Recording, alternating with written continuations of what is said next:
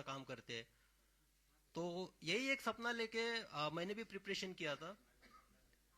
और ये सपना पाते वक्त जिस स्ट्रगल से मैं गुजरा हूं, मैंने एक बुक भी लिखा था उसके ऊपर में। तो रॉकेल के दिए के नीचे पढ़ाई करते हुए मैं यहाँ तक पहुंचा था। और आईपीएस बनने के बाद ये सबसे बड़ा लम्हा था मेरे परिवार वालों के लिए। फिर उसके बाद आईपीएस के बाद मुझे बिहार कैडर अलॉट हुआ, मैं बिहार में आया। उसके बाद मैं लगातार 18 साल तक भारतीय पुलिस सेवा में कार्यरत रहा।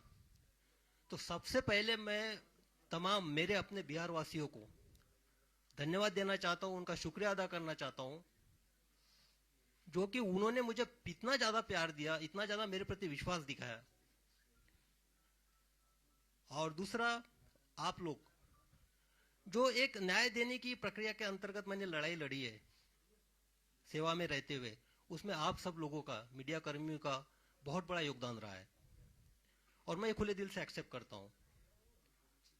तो अभी जब इतने स्ट्रगल के बाद एक आईपीएस मिला है और मैं आईजी रैंक पे था, इंस्पेक्टर जनरल रैंक पे, इसके बाद मेरे लिए अपॉर्चुनिटीज बहुत ज्यादा थी। मैं सेंट्रल में सीबीआई में जा सकता था, आईबी जा सकता था, आरएनडब्ल्यू जा सकता था, central paramilitary forces CISF CRPF है वहां पे भी जा सकता था। अपने आप का जो पर्सनालिटी ग्रोथ था वहां पे हो सकता था। लेकिन मेरा जो मन था वो एक तरह से बेचैन था, क्योंकि मेरा ये पर्सनल मानना है कि जीवन में जो आपकी धरती माँ होती है उसका आपके ऊपर कर्ज होता है।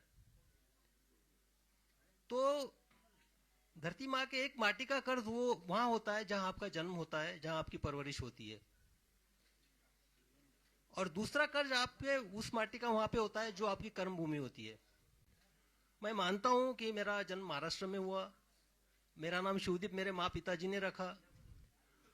लेकिन जो शिवदीप नाम है, इसको सही मायने में जो वजूद है,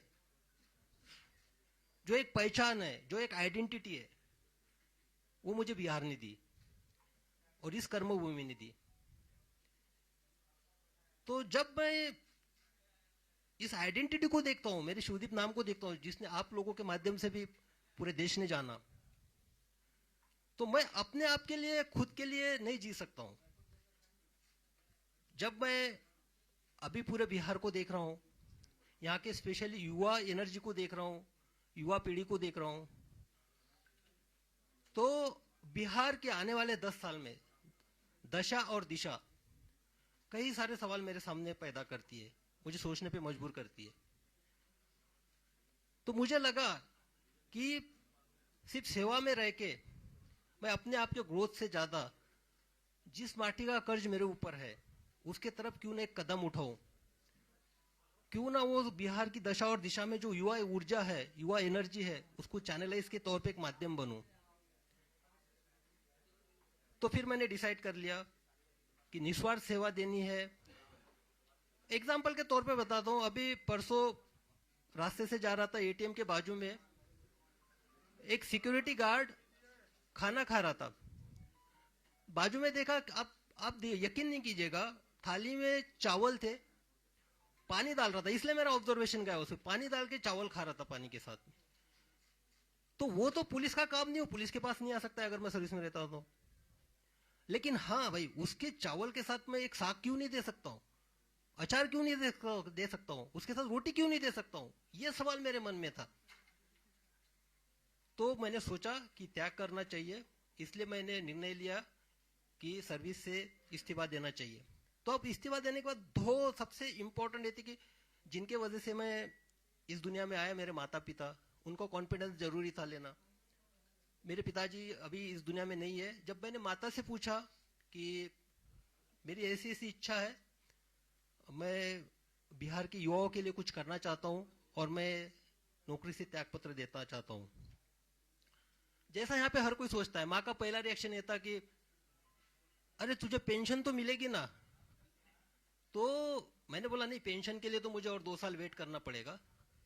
तो बोले 2 साल, लेकिन तुम अभी क्यों करना चाहते हो? मैंने बोला कि नहीं, मेरी अंतरात्मा की आवाज है ये कि मुझे अभी करना चाहिए, ये सही समय है और दूसरी जो जिम्मेदारी, उसने फिर बोला कि नहीं, आप किसी का दुख दर्द बांटने के लिए जा रहे हो, जिसने तुमको पहचान दी वहां आप कीजिए। दूसरा जो रिस्पॉन्सिबिलिटी था जो मेरे वजह से मेरे लाइफ में है, एक तो मेरी पत्नी डॉक्टर ममता और मेरी बेटी वहां पे आ रहा जो बैठी हुई, तो इनकी जिम्मेदारी भी एक होती है, तो इससे भी मैं भाग नहीं सकता था। जब मैंने मेरे पत्नी से पूछा कि ऐसा ऐसा मैं करने जा रहा हूँ, तो क्या आप मुझे साथ दोगी, तो उसने हमेशा से मेरा साथ दिया है। उसने बेहिचक बोला कि आपको जो करना है कीजिए, बेटी की रिस्पॉन्सिबिलिटी मैं संभाल लूंगी, मैं सब कुछ देखूंगी। तो जब मुझे दोनों साइड से क्लियरेंस मिल गया, मैंने रिजाइन कर दिया और यहाँ पे मैं आपके सामने आज एक आईपीएस के तौर पे बैठा हूँ, आपसे बात कर रहा हूँ। अब मैं करने क्या जा रहा हूँ, ये सबका सवाल है, सब पूछ रहे थे क्या करने वाले हो। तो मैंने पहले बताया था कि बिहार की जो दशा और दिशा 10 साल के बाद मुझे दिखाई दे रही है, वो मुझे बेचैन करती है, डिस्टर्ब करती है। लेकिन आप देखिएगा कि युवा एनर्जी, बिहार की युवा एनर्जी, आप ब्यूरोक्रेसी से लीजिएगा, देश के ब्यूरोक्रेट्स देखिएगा, आप आईएएस आईपीएस से लेके देखिएगा, डॉक्टर इंजीनियर्स देखिएगा, army navy air force specialise scientist, सब तरह देखिएगा आप, सबको सब तरफ आपको बिहार की युवा दिखेगा, बिहार का टैलेंट दिखेगा। वाइफ मेरी एक इंडस्ट्री चलाती है, वहां पे जब भी स्किल्ड काम होता है या तो हार्डवर्क का काम होता है, वहां पे बाकी लोगों की हिम्मत नहीं होती है, लेकिन वहां पे बिहार का स्किल्ड आदमी काम करता है, स्किल्ड इंजीनियर वहां पे आता है। तो मुझे ये महसूस हुआ कि जो बिहार देश के निर्माण में, देश के भविष्य में इतना योगदान करता है, हर फील्ड में करता है, बाहर में करता है, लेकिन बिहार के अंदर में क्यों नहीं? बिहार में जो युवाओं का जो सिचुएशन है वो स्टेटस को क्यों है, यानी जैसे थे सिचुएशन में क्यों है? तो मुझे इस सवाल का जवाब खोजना है, इसलिए मुझे लोगों के बीच में जाना है, युवाओं के बीच में जाना है, उनसे मुझे जानना है। और मैं जा इसलिए भी रहा हूं कि मुझे हजारों मैसेजेस आते हैं, युवा जो है मुझे या तो एक प्रेरणा के तौर पे देखते हैं कि रोल मॉडल के तरह के मुझे इस तरह से बनना है, और दूसरा एक उम्मीद भी रखते हैं कि मैं समाज के लिए कुछ करूंगा। तो युवा, तो उनके जो मैसेजेस होते हैं उनका एक बेसिक ये रहता है कि सर हमको आपसे मिलना है, हमको आपको हमारी समस्या बतानी है, हमको हमारे आइडियाज आपसे शेयर करने हैं, हम क्या करना चाहते हैं हमको बताना है। तो मुझे लगा कि मैं तो अभी उसी फील्ड में था, यानी ब्यूरोक्रेसी में था, टेबल के इस पार था। तो टेबल के इस पार अगर बैठ के सुनूंगा तो कोई मतलब नहीं है, तो और उनको बुलाऊं मेरे पास, ये भी कोई मैटर नहीं करता है। तो मैंने डिसाइड किया कि उनके पास जाना चाहिए, जो धरातल से मुझे मैसेजेस आते हैं, जो मेरे साथ कम्युनिकेट करते हैं, जो संदेशा भेजते हैं, उनको मिलना चाहिए, डायरेक्ट मिलके उनसे समझना चाहिए कि क्या हो सकता है, उनकी सोच क्या है, सोच में बदलाव कैसे लाया जा सकता है। तो एक एक उसी तौर पे मैं अभी निकल पड़ा हूं, युवाओं से मैं मिलूंगा। और इसके मेरे जो एक रन फॉर सेल्फ है, एक रन फॉर सेल्फ ये मेरा इंडिविजुअल है, मैं निकल रहा हूं मिलने के लिए। तो इसमें मेरे 3 प्रिंसिपल्स है बेसिकली। पहला तो ये है कि देखो, आप फिट है, मैं भी फिट हूं, आप फिट है तो आपका परिवार भी फिट है। और सबसे बेसिक जो है पूरे इसका रन फॉर सेल्फ का फाउंडेशन ये है, मैं किसी को क्रिटिसाइज नहीं कर रहा हूं, ना मुझे किसी सरकार पे बात करनी है, ना मुझे व्यवस्था पे बात करनी है, ना मुझे किसी की कमियां गिनानी है, ना मुझे किसी के पॉजिटिव निगेटिव पॉइंट्स गिनाने हैं। मुझे सिर्फ ये बताना है कि भाई आप इंडिविजुअली अपने आप में क्या बदलाव ला सकते हो, और वो शुरुआत अपने आप से करनी है। तो उसी के तौर पे बदलाव आपसे तभी चालू होगा, आप पहले फिट हो गए। फिट होने में इतना मतलब नहीं कि आपको कुछ बॉडी वॉडी बनाना है या ये करना है। फिट मीन्स आप फिजिकली कितने फिट रह सकते हो। मैं भी जो सेवा दे पाया हूँ फिटनेस के तौर पे दे पाया हूँ, एक निरोगी के तौर पे।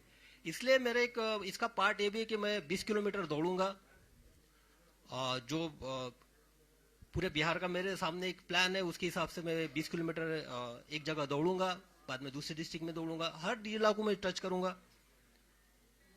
और उसके साथ दूसरा जो है, आप मेंटली फिट भी होना चाहिए, साइकोलॉजिकली फिटनेस चाहिए। यहाँ पे वो जो स्टेटस को की मैं बात कर रहा हूं, जैसे थे सिचुएशंस की, तो भाई मैंने देखा है, आप लोगों में एनर्जी देखी है। मैं जब पटना से ट्रांसफर हो गया था मेरा, why Patna is crying for this cop, एक आर्टिकल छपा था नेशनल लेवल पे टाइम्स ऑफ इंडिया में, हाहाकार मच गया था, लोग रो रहे थे ट्रांसफर के बाद। और वो लोग कौन थे? वो लड़के थे, स्टूडेंट थे, जो 14 दिन तक 4 या 5 डिग्री सेंटीग्रेड में अपना अनशन पे बैठे थे 9 दिन तक।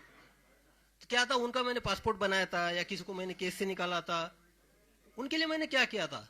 लेकिन वो मेरे लिए सामने आए थे, उन्होंने एक अपना एक रेजिस्टेंस दिखाया था कि ट्रांसफर के प्रति। उनके जो आंसू है, वो आंसू मेरी जिम्मेदारी और बढ़ाते हैं। देखो, आपका कोई खून का नहीं है, आपका कोई रिश्तेदार नहीं है, आपका कोई सगा सोरा नहीं है, और वो आपके लिए रो रहा है, तो जिम्मेदारी और आप पे बढ़ती है। और उसके बाद तो मुझे ये जानना है कि जो एक डेडिकेशन है, एक साहस है, जो मुझ में मैं युवाओं में भी देखना चाहता हूँ, इसलिए उनको साइकोलॉजिकली भी फिट देखना चाहता हूँ। तीसरा सबसे इंपॉर्टेंट जो एस्पेक्ट है मेरा, वो है अवेयरनेस का। मैं युवाओं के बीच में जाऊंगा, युवाओं को मेरी अपील है, देखिए ये अगर 10 साल हम अपने आप में बदलाव नहीं लाएंगे, तो आगे वाली 10 पीढ़ियां हमको माफ नहीं करेंगी। शायद आपको माफ कर देगी, लेकिन मैं जिस इंटेंशन से निकला हूं, मुझे लगता है कि मैं तो पाप कर रहा हूं फिर, अगर मैं कुछ नहीं कर पाया तो। मैं जिस माटी ने मुझे नाम दिया है, उसके साथ मैं गद्दारी कर रहा हूं। तो मैं उस इंटेंशन के साथ निकला हूं। तो लोगों से इंटरेक्शन करना है, स्पेशली युवाओं से, जो 10 साल के आगे की जनरेशन को एक नए मुकाम पे जाए, बिहार की दशा दुशा को बदलने की कोशिश करे। और उनसे बात करते हुए उनके आइडियाज आएंगे, उनके प्रॉब्लम सुनने में आएंगे, सर आएंगे, तो मिल के बैठते हैं, मिल के चलते हैं। ये सफर हम सबके साथ का है, युवाओं का और मेरा सफर है ये। मैं आपके साथ में रहूंगा। जब प्रॉब्लम सामने आएंगे तो उसका सोल्यूशन भी हम ही लोगों को खोजना है, हम ही लोगों को साथ लेके आगे बढ़ना है। तो इसी के लिए ये 3 प्रिंसिपल के तौर पे मैं निकला हूं।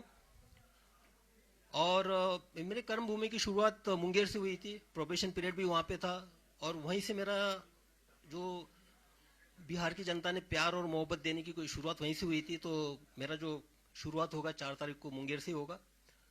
मैं कुछ नहीं करने वाला हूं, मैं सिर्फ लोगों से मिलना हूं, उन सुनने जा रहा हूं, बस उनके पल्स देखना चाहता हूं, क्या कहते हैं, क्या है उनकी एक्सपेक्टेशन है, क्या करना चाहिए, क्या होगा कि ये जो दशा और दिशा बदल जाए, क्या होगा कि जो हम भारत निर्माण में, बाहर के सब स्टेट के निर्माण में इतना आगे है, लेकिन यहाँ पे क्यों नहीं है। तो ये एक है। उसके बाद देखिए, मेरे जब भी मैं एसपी था, तो आप सबको पता है, सबने कवर भी कर लिया। एक तो क्या, मैं जिस चेयर पे बैठा था, सामने वाला जो कंप्लेनेंट जिस चेयर पे बैठेगा उसी चेयर पे मैं बैठा था। मैंने कभी भी टॉवेल वाली चेयर और ये चेयर पे एसपीशिप में मैं बैठा नहीं हूँ, क्योंकि वो समानता होती है। ये जो है सिर्फ एक एडमिनिस्ट्रेटिव में वहां पे पोस्ट पे था, लेकिन मेरे लिए सबसे इंपॉर्टेंट था जिसकी मैं सेवा दे रहा हूँ, उसको भी फील होना चाहिए इक्वेलिटी का। तो मेरे यूनिफॉर्म का एक ही प्रिंसिपल था, यूनिफॉर्मिटी इन एक्शन। मेरे सामने मैं इंसानियत को देखता था सिर्फ। मेरे लिए धर्म, जात, रिलीजन, उसका क्षेत्र, ये मैटर नहीं करता था, और सब लोग जानते ही। और दूसरा था यूनिफॉर्मिटी इन पर्सनैलिटी। मैं सबके लिए अवेलेबल था, जो अंदर था वो बाहर था, जो था मुंह पे था। तो वहां पे देखा, जब मैं मेरे दरवाजा ऑफिस का हमेशा खुला रहता था, कभी उसको डोर नहीं लगता था उसमें। जब ऑफिस से मैं निकलता था तभी डोर लगता था, तो मुझे सामने दिखाई देते थे। जब मैंने सब लोगों को इंटरेक्शन है ना, सीधा आप आइए, कंप्लेंट बताइए, किसी आपको मीडिएटर की लेने की जरूरत नहीं है, क्योंकि आपको आवाज आनी चाहिए, आपकी आवाज मुझे सुनना है, आपकी आवाज मुझे बनना है, फिर न्याय देने की कोशिश करनी है। तो इसी तरह मुझे लगा कि किसी के थ्रू नहीं बात करते, जो बात करनी है सीधा बात करते हैं। इसलिए एक ऐप डेवलप किया, और मैं बता देना चाहता हूँ कि ये जो ऐप डेवलप किया उसका नाम है कनेक्ट विद शिवदीप, और वो बिहार के लड़कों और लड़कियों ने किया है। उन्होंने किया, बिहार के लड़के और लड़कियों को सामने आए। जब मैंने उनके सामने एक आइडिया रखा, बोले कि नहीं सर हम डेवलप करते, तो उन्होंने कनेक्ट विद शिवदीप नाम का ऐप नहीं किया। उसमें आप डायरेक्ट कनेक्ट मेरे साथ हो सकते हैं, आप आपकी समस्याएं रख सकते हैं, क्योंकि बाकी जो इतने सारे प्लेटफॉर्म हो गए उसमें मैं फोकस नहीं कर पाऊंगा, तो इसमें मुझे एक आइडिया आ जाएगी। तो कनेक्ट विथ शिवदीप का जो ऐप का जो है वो भी आज ही लॉन्च, उसका ऑलरेडी हो चुका है, गूगल प्ले स्टोर पे आ चुका है। उस पर भी एक है कि आप मुझसे उससे कनेक्ट हो सकते हैं। तो बस यही है। और एक कंक्लूडिंग रिमार्क मैं यही बोलना चाहता हूँ, देखिए मैं सिस्टम की साइड में था, टेबल की साइड में, मैं सब जानता हूँ, हर विभाग के बारे में सब जानता हूँ मैं, क्या होता है क्या नहीं होता है, किस तरह से होता है, और उसका इलाज भी जानता हूँ किस तरह से होना चाहिए, क्या नहीं होना चाहिए और कैसे काम करवाना है करके। अब टेबल के उस टाइप में लोगों के साथ जो यानी स्पेशली युवाओं के साथ जुड़ के देखना चाहता हूँ। और भाई मैंने यूनिफॉर्म छोड़ा है, खाकी छोड़ी है मैंने, यानी खाकी मेरे ये निकली है, लेकिन जब मैंने डेडिकेशन और एक इंटीग्रेशन के साथ इंटीग्रिटी के साथ जो काम किया ना, ये खाकी अब मेरी चमड़ी बन चुकी है। मेरे ऊपर खाकी का यूनिफॉर्म नहीं है लेकिन अंदर मैं खाकी हूं, मेरे इसमें सब यूनिफॉर्म है। तो बस उसी तौर पे अब निकल पड़ा हूं। अब आप लोगों का हमको सहयोग रहेगा। मैं आपके माध्यम से अपील भी करना चाहूंगा, जो बिहार की दशा और दिशा 10 साल में बड़ा बदलना देखना चाहते, अपने आप में बदलाव लाना चाहते, कृपया वो हमसे जुड़े, हमारे साथ सहकार्य करे। हमको बिहार बदलना है, क्योंकि ताकि अगर ये 10 साल हम कर पाएंगे तो आने वाले 10 नस्लें याद रखेंगी कि नहीं उस जनरेशन ने किया था। और आप सबको जानते हैं कि मेरा निस्वार्थ रहता है, स्वार्थ इसके पीछे कुछ है नहीं। तो बस आपने कहा कि मैंने खांसी छोड़ी है, तो क्या खादी पहनेंगे क्या निकट भविष्य में? भाई सबसे पहली बात है कि मुझे पहले लोगों से मिलने तो दो, पर्स तो जानने दो लोगों का, क्या उनका क्या कहना है ये तो सुनने दो। मैं तो टेबल की इस पार था, अभी जाने दो, अभी तो निकला हूं मैं। मोटिव ये नहीं होता है, मोटिव होता है निस्वार्थ सेवा, निस्वार्थ सेवा। सेवा का स्कोप उसमें और ज्यादा है सर, खादी पहनने में। खादी के बाद सर आपकी और जिम्मेदारी जो है पूरा कर सके, ऐसा भी तो होगा। देखिए ये जो है ना, ये इस पे नहीं, मुझे पहले पल्स देखने दीजिए यंगस्टर्स की क्या है। यंग जनरेशन यही है, पता है यही है कि पहले से अभी जैसा कि आप ब्रेकफास्ट आप कर रहे हो, ब्रेकफास्ट के वक्त भी आप भी लंच की भी खाना चाहते हो, डिनर भी खाना चाहते हो, तो बदहजमी हो जाएगी। पहले भाई देख तो लीजिए आपके पेट का साइज क्या है, आप पचन कर सकते हो कि नहीं कर सकते हो, उसको पहले देखने तो जी युवाओं में क्या एनर्जी है। युवाओं का वो स्टेटस को में है ना फिलहाल में, जैसे थे में बाहर जाने के बाद एकदम ब्रॉड हो जाता है, और यहाँ आने के बाद एक उनकी मानसिकता के साथ ये हो जाता है, तो उसको एक एक करके वन बाय आपको पता है कि बिहार में बेरोजगारी है, पलायन करते हैं लोग, बाढ़ का इलाका है, सारी समस्याएं आपको पता है। तो फिर ये जा करके लोगों से बात करने, रिपोर्ट आपके सामने होगी, चीजों को देख सकते हैं, पढ़ सकते हैं, किसी पार्टी की विचारधारा होगी जिससे आप प्रभावित होंगे। ये घूमने का मकसद क्या है कि आप नेता बनने जा रहे हैं? लोगों का चाहता हूँ आपका समस्या सुनाए, फिर आप चुनाव लड़ेंगे, एक टारगेट होगा आपका। नहीं, ये आप गलत बोल रहे हैं कि किसी विचारधारा से आप प्रभावित होंगे, उसी किसी पार्टी का, ये तो आपका भ्रम है भाई। हम किसी पार्टी की विचारधारा से प्रभावित नहीं है, हमारी अपनी विचारधारा है इंडिविजुअल। तो जो होगा हम अपनी विचारधारा के साथ जाएंगे।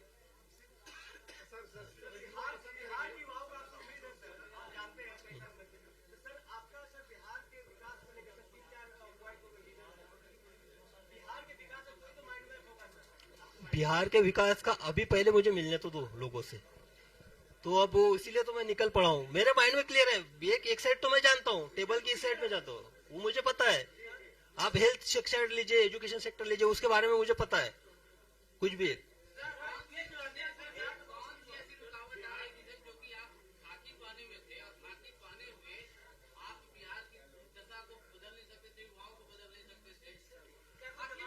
अब दिक्कत तो स्पेशली अभी मैंने एक एग्जांपल बताया था सिंपल सा, वो जो है जिसके थाली में है सिर्फ चावल और पानी से के साथ चावल खा रहा था, वो उसका पुलिस से क्या रिलेशन है? वो पुलिस के पास आएगा, उसका पेट भरना है ना मुझे सबसे पहले। हाँ, लिमिटेशंस तो नहीं बोल सकते। हाँ,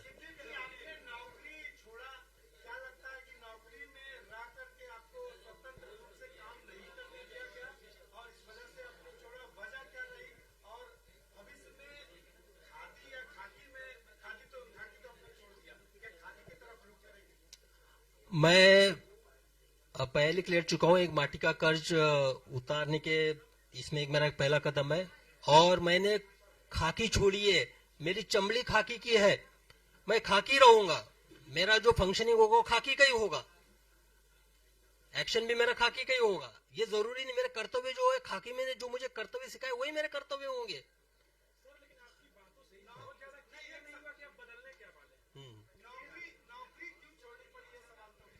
नौकरी नहीं, मैंने तो बताया, ये मेरा सेल्फ डिसीजन था, व्यक्तिगत निर्णय था।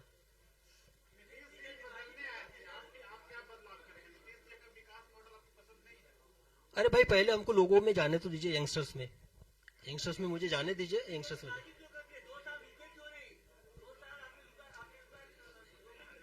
हाँ, जल जल्दबाजी, ये आपको लगता है, आपकी अपनी सोच है, मुझे नहीं लगता कोई जल्दबाजी हुई है। चले, थैंक यू। Thank you. और सबसे ये मैं कहना चाहता हूं कि हर चीज को एक पॉलिटिकल एंगल से मत देखा कीजिए। और ये तो मैं क्लियर कट अभी बता देना चाहता हूं कि जो भी बाहर रूमर्स चल रहे हैं, मैं किसी के साथ जुड़ने वाला नहीं हूं। ठीक है, थैंक यू।